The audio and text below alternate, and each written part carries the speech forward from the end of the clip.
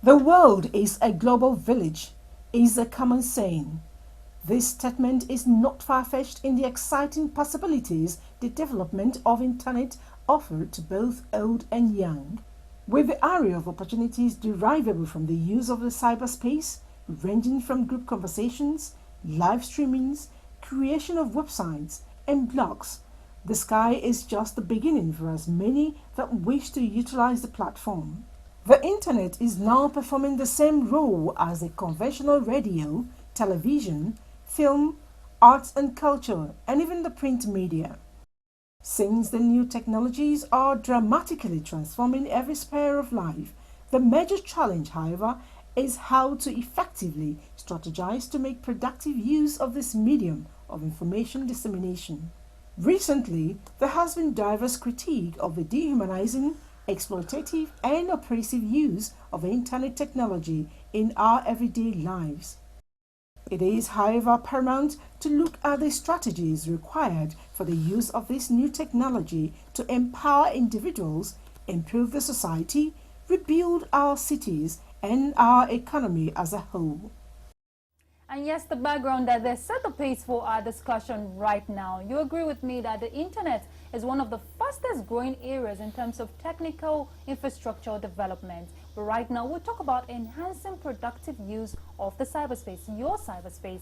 And we have a guest here just joined us, Miss Peace CodyBanks. She's a digital strategist. You're welcome. Thank you. Thank you for coming on the show. Thanks for having me. Now, enhancing productive use of the cyberspace. What does it really entail? Okay, enhancing the productive use of the cyberspace, which can also be seen as the internet, basically just involves maximizing and optimizing the use of the internet using any platform. And you could be a student, you could be a business owner, you could be a CEO, you could just really love using it. And all about optimizing it just means in your different fields, basically trying to ensure that you move with the trend which has moved from traditional to digital, and maximizing this, like taking your businesses online, taking your brand image online as well. Basically, that's what it entails. Interesting. Now, according to the Nigerian Communications Commission, that about 97 point something figures in Nigeria now of Nigerians are currently using the internet. Now, how well have you fared in terms of maximizing the potentials therein in the cyberspace? The truth about the whole thing basically is that most times when people actually log on to the any website, at least the first two they go to is either they go to Google, but for Nigerians I think the first would be Facebook, before even searching and trying to check out other things on surfing the net basically. So for this, I think beyond using those kind of social media, there are lots of other opportunities out there.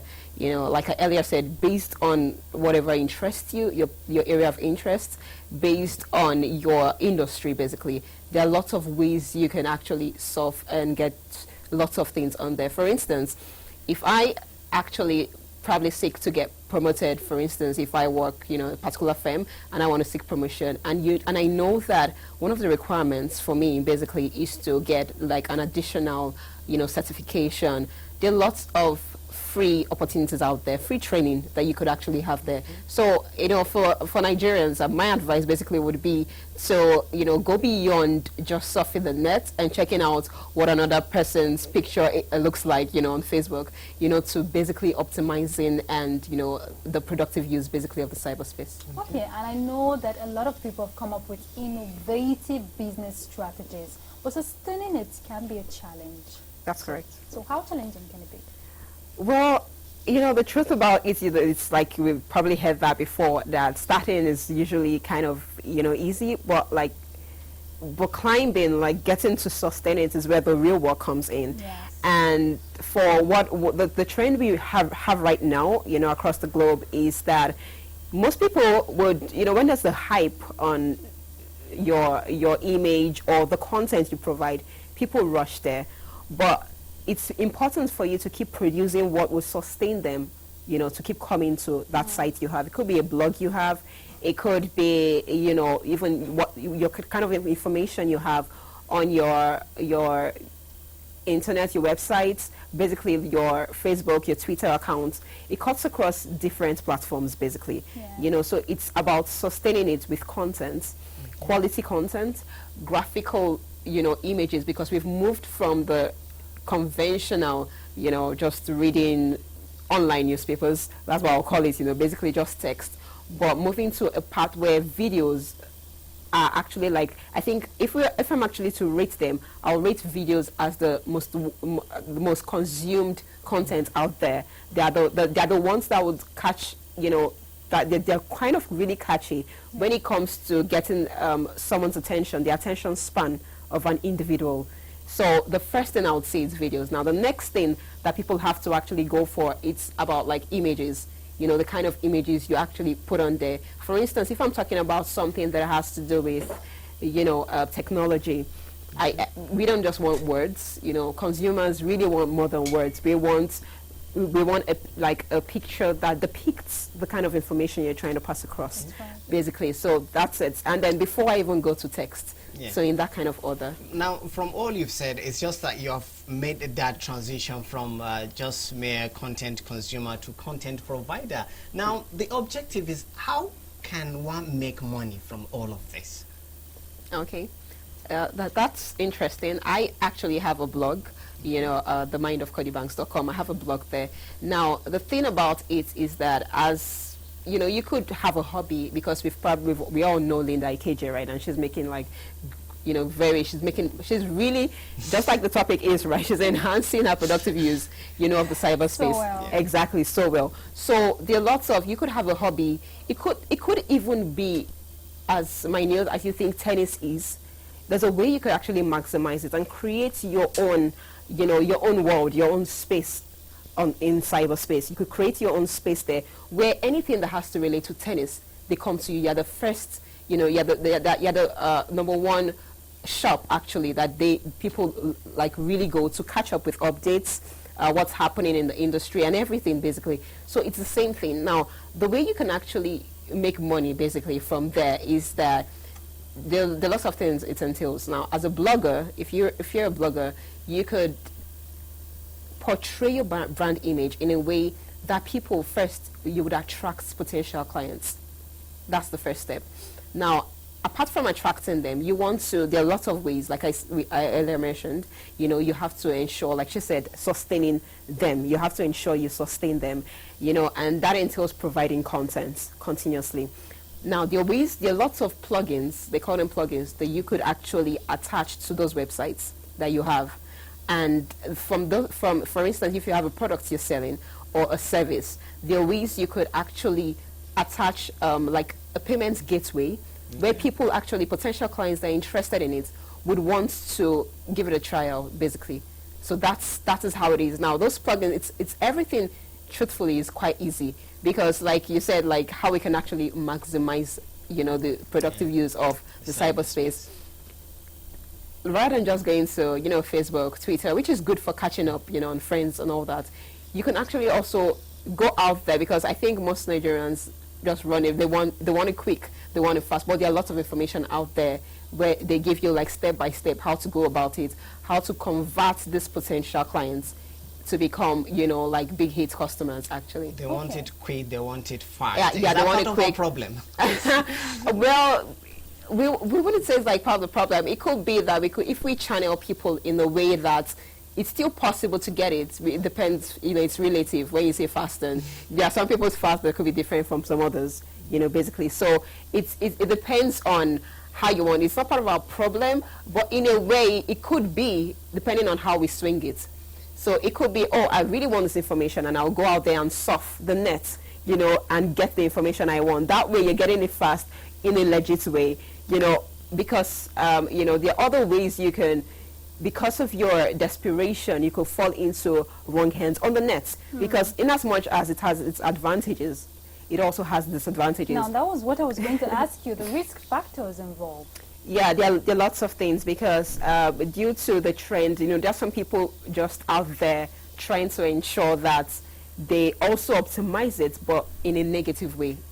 So you want to also beware of those kind of people. Now, one of the things you have to watch out for. There's some people that are called like imposters. They have this, you know, online digital theft kind of thing. They act as somebody else, and that's why most times we hear even, you know, churches, bodies, different organizations saying, oh, if anybody actually calls you, you know, and or tells you to go to this site to click on the site and donate this kind of amount, please know that it didn't come from the body itself, you know. And so we have lots of this going out there. So one way you want to protect yourself is to actually search for, you know, original information and go to, you know, there's so many sources. There's a way you can actually tell if some things are sort of dodgy and not really clear on the net, but you have to be really, really careful. You know, the federal government has also estimated that about 127 billion naira was lost due to, you know, cybercrime from 2013 to 2014. Now, how can people protect their cyberspaces?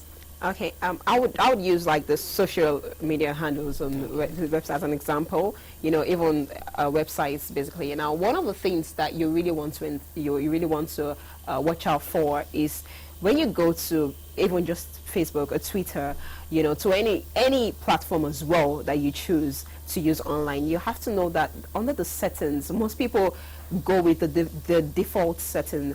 Now, this could be a minus, you know, in a way, because for that, I mean, if I set up my platform and I want people to come in, I would want there to post as often, to connect with many people, and I mean that would be part of my default setting. Yeah. Now, as an individual, basically to protect yourself, you have to go in there to the settings. I mean, of course, we notice that in this part of the world, most people do not read terms and conditions. so when it operates, like, it's totally on you. It was there. We wrote it there. Okay. So you want to educate yourself. You want to you don't have to go through all. There are some highlights, some bullet points you have to like glance through. Now, apart from that, there are some critical settings. You know, I'm well aware that, you know, earlier on, WhatsApp actually rolled out this information that most of your contacts and information out there will be synced to Facebook in a way. Okay. You know, and they're like, you have to uncheck a setting or check depending on what you want to do. So you know, most of this information, they're out there, but how many people would really take that time to do like their due diligence, basically, you know? And so that's one thing we want to watch out for. We have to ensure we are, you know, security conscious, basically. Okay. Now, the objective for the federal government is to achieve 30% broadband penetration by 2018. Now, what value will this bring to bear? Okay, well, that's interesting because, like, well, Nigeria is really, really moving up the trend. For example, in Africa, I think we're amongst the, you know, first 10 countries, you know, that optimizes the use of the cyberspace very well. Now, moving up the ladder, there are lots of things, because now we notice the most businesses basically are taking their businesses online, because we understand that everybody out there is using the internet one way or the other. Right. So we need to know how to optimize this. Now, that policy actually, you know, and that target basically for Nigeria would really help businesses. It will help the nation as a whole. It will help foreign investors to actually be quite confident that, oh, these people actually have the platform required to run the idea they actually have to invest in. So I think, in looking at it from every industry, I think the highs are more than the lows, basically. Okay, now what would you say on a final note to that young person out there who engages so much time tweeting, chatting? What would you tell that person right now about doing something positive? Okay, first I would like you to know that, you know, chatting and, you know, it's in a way it's fantastic, because someone actually came up with that idea, so it's not like totally bad. However, you want to be extremely curious in, you know, in what exactly your hobby is, what exactly you have a passion for, and you have to channel it, this energy that you have on Twitter, because it's making money for, you know, for those guys. And you have to, you know, intentionally, and you have to be curious enough to channel it in a way. So I would say that you should identify what makes you tick, basically. Okay. You know, like I talk on my blog, it's all about activating your hidden treasures. So it's about identify what makes you tick, identify what you can do 24 hours every day, even if you do not have to get paid for it. Now, once you identify that, the next thing you want to do is you could channel it, you could make a website, you could test it out, because actually the internet is all about testing it out. When Mark Zuckerberg, the founder of Facebook, actually came on, he was trying it out and all that, and then it turned out to be something big, right? So you basically test out the waters, identify your passion, test it out, experiment with friends to see if they buy into the idea, and with strangers as well, not just friends, and then, work day and night just to keep that consistency level on. Now, just before we let you go, Peace CodyBanks, we're about to take us to the street, but we usually ask questions, for you, when you are very angry, how do you react? Okay, basically, first you have to know that words are something that you really cannot take back once you give it. So I think for a second, for me, how I react is I pause for a second, and think about, what best to say and if it's the right time. And then, if I think I take it in. I'm more like, I take it in. I don't lash out immediately. So I tend to ponder upon it and rethink the best possible way to address the situation. Interesting how Peace CodyBanks react to, when she is very angry. But let's hear what people say. Views from the street. You still have the right. It sounds really good. Be very conscious of your children. So to get to my house. If I'm annoyed, I normally make sure that I don't overreact, so that because the after effects will not be able to reverse it. It's just like an egg that drop. When it's scattered, you cannot gather it together again. So the best is for you to be patient and think over what that make you to be angry, and either you sing some song or you just read some portion in the Bible to make your body cool down. Then later you can think over it and see how you can resolve the issue with whosoever you are angry with. Otherwise you may overreact and you will not be able to repair the damage. To me, if I am angry, or if somebody gets me angry, the only thing I do is I will look at you quietly and I will keep silent and I'll walk away from that place. That's how I react when I'm angry.